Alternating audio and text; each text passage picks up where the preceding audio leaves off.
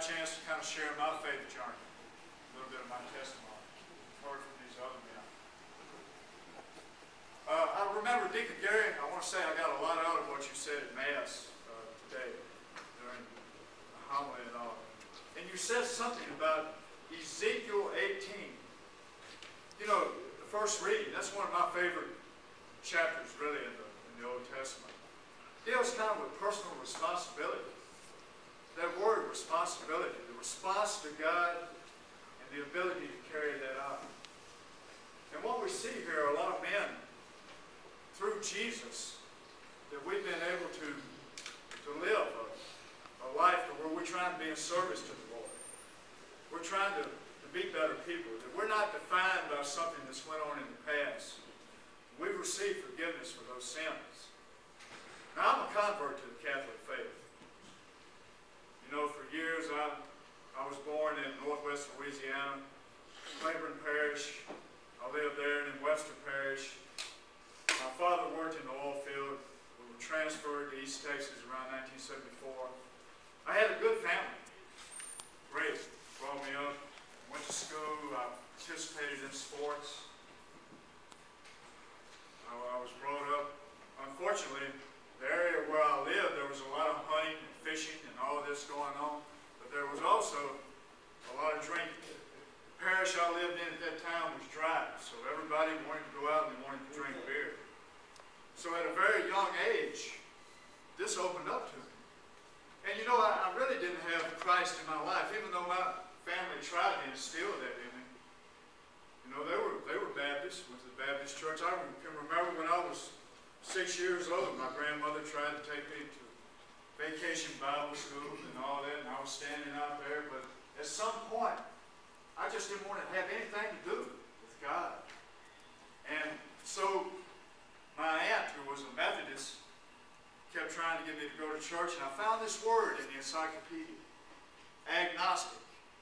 And so I realized I didn't have to argue with her. All I had to say was, I just don't believe in God because I have doubts. I'm not saying that He doesn't exist, but I was agnostic. And so what happened to me along those lines, I wanted to really find a way to live a happy and useful life. So I started drinking. And didn't really fit in. I went to East Texas, and all of a sudden another world opened up. Marijuana, pills, and all of this. And I thought maybe this was it. Maybe this is my chance to fit in. But what it did to me, it led me down the path to destruction because I fell into a sinful lifestyle to where I didn't have any more inhibitions. That whatever I'd been brought up in, it didn't really matter anymore. So what happened was, eventually, not even being in my right mind, I ended up and I took someone's life. Committed a crime, and I ended up receiving a life sentence. And in 1979, I came here to Angola. And I really hit bottom. But I was so selfish that, to me, you know, what I had lost out was my family, being on the outside, my freedom, and not even having the chance to get to the alcohol and the drugs and my lifestyle. But when I got here, I realized, too, that I was just tired of being in trouble. So what happened to me was that they did have some self-help programs here at that time. Alcoholics Anonymous was one of them. And so I joined into it, and for a while there, it allowed me to have a higher power. And so it worked for me for a while, 12 steps. And you know, God is all in there, and what they really think is that later on down the line that you will get to know Jesus, that you will encounter God at some point. I taught the 12 steps, I went through all that, I participated, I cleaned up at the meetings, I shared with people that would come in. And so later on though, I began to want to feel comfortable. People started talking to me a little bit about Jesus. And you know, all along I had known that God was there with me, but I had just rejected it. I didn't want it in my life. But He was there all along. And so what I did, we had several Catholic brothers that were in AA at that time. And they invited me to the Catholic Mass. And I had never met anybody that was Catholic. Had never been to a Mass. And so I went there, And what attracted me personally in my testimony was the way that everything seemed to be in order. And I didn't know anything about the liturgy of the Word, the liturgy of the Eucharist, the opening hymns, the readings that were proclaimed in church during the liturgy of the Word. That really opened up to me. In the missal, I was kind of lost. The guys came to me. They gave this to me. They tried to show it. And so what happened was I was interested particularly with the liturgy of the Eucharist. I really wanted to receive communion. But I'd never been baptized. And so what happened was I had to go through a year of catechism, which I know y'all are all familiar with. The catechism, the RCIA, and at that time I think Father Joel LeBeau was here. And so I went through that with him for well over a year.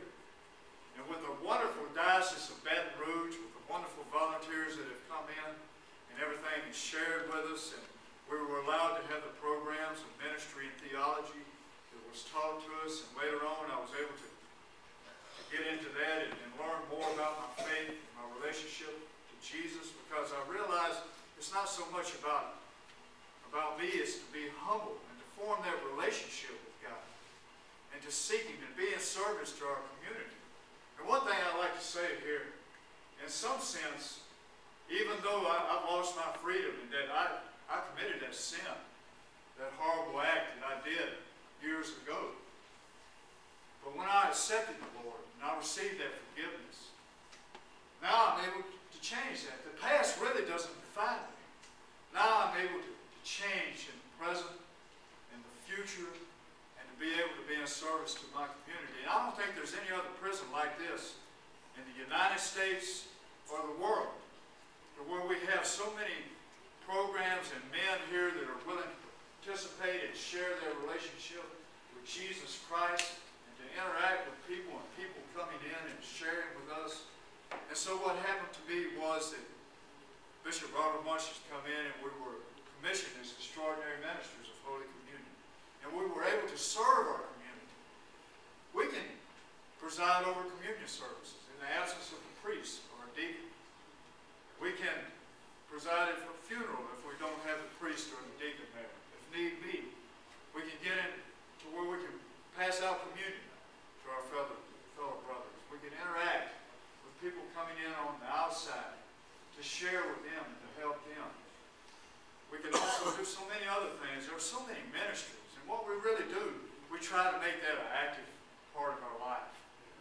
And I hope, conversion is a lifetime journey. And I know you as young people, especially, know that it's all about making good choices.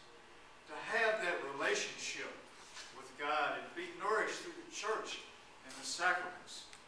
And to listen to people. And try your best to live a holy and sanctimonious life in the world that we live in today. And it's such a blessing to have you here today. And what we're going to do now, because I don't want to get too long-winded, we're going to keep it a little bit brief. But before we have our question and our answer period, Deacon Gary, would you like to share a word with us, or is there anybody else that would like to share anything? This young man right here. Do you have a microphone? Because Yes, I do. have a habit of talking. Let me turn it on. Hold There you go. 2 seconds. Thank you, sir. All right, I thought while we're up here talking about giving testimonies and things, I thought I could give my testimony, even though I've only been on this earth for about 15 years. I really don't have a testimony. But I do. I went through this summer, my dad can confirm this, through a period of very severe OCD. And I struggled with day-to-day life. I couldn't get out the door because I was washing my hands. And it was hard, but, it was something that I should have learned to live with, but I really didn't. I just kind of shut down. I didn't handle it well at all. And, but it was a time where I kind of really had to just, it got me thinking. It really did. And it was all part of God's plan, and I know that now. I didn't realize it at first.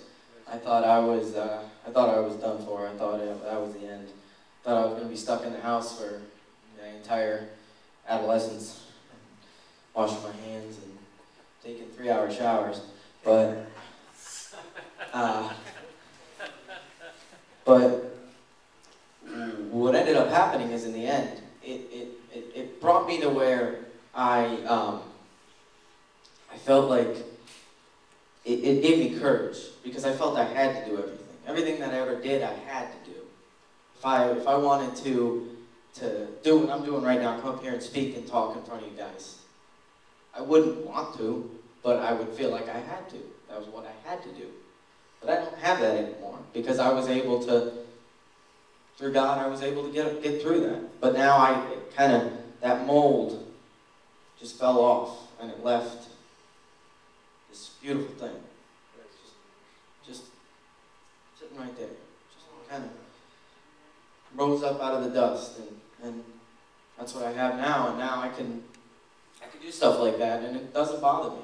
I want to do it. I want to come up here. I want to share with you guys what I've been through, and I want to help other people. I can do that now because God gave me the grace to do that stuff. So I can talk, and I can share with you guys, and you got be nervous. I always get nervous. I get nervous very much, but you learn. One of the greatest songs that we always sing in the Catholic Church whenever we go to Mass at St. Brendan's, Pinecrest. I go to Mass in the mornings. One of the hymnals, one of the lines is the summons. And I don't know if anybody's familiar with the summons here. Summons. One of the lines is, "Will you quell the fear inside?" And I can't remember the rest. But that's the most important part of the line, is to just kind of, for God, just push it aside and be able to put yourself out there and see how you do. And that's an important thing, and that's something I've learned to do. And so that's my story. That's what I've been through, and that's how God worked through all the great people. I have great parents. My dad here, he was there for me the whole time, and I love him and I thank him for that. And got a great dad. I'm blessed so much with all my family and friends and the Pinecrest community. Gosh, without them, I don't know where I'd be. I'd probably be on my way here if I was left in the public school system and on the road I was going down, the people I was hanging out with. I probably wouldn't be allowed to be here where I am right now. I'd be, I don't know. I don't want to know. But I'm glad I made that change, and I found the right way. God brought me to Pinecrest, and it was all part of His plan. And now I'm here with great people. Got a great school I'm going to. I love it. So I just thank God every day. I should thank Him a lot more than I do. I don't thank Him as much as I should, but He's definitely blessed me a lot. Thank you guys for your time.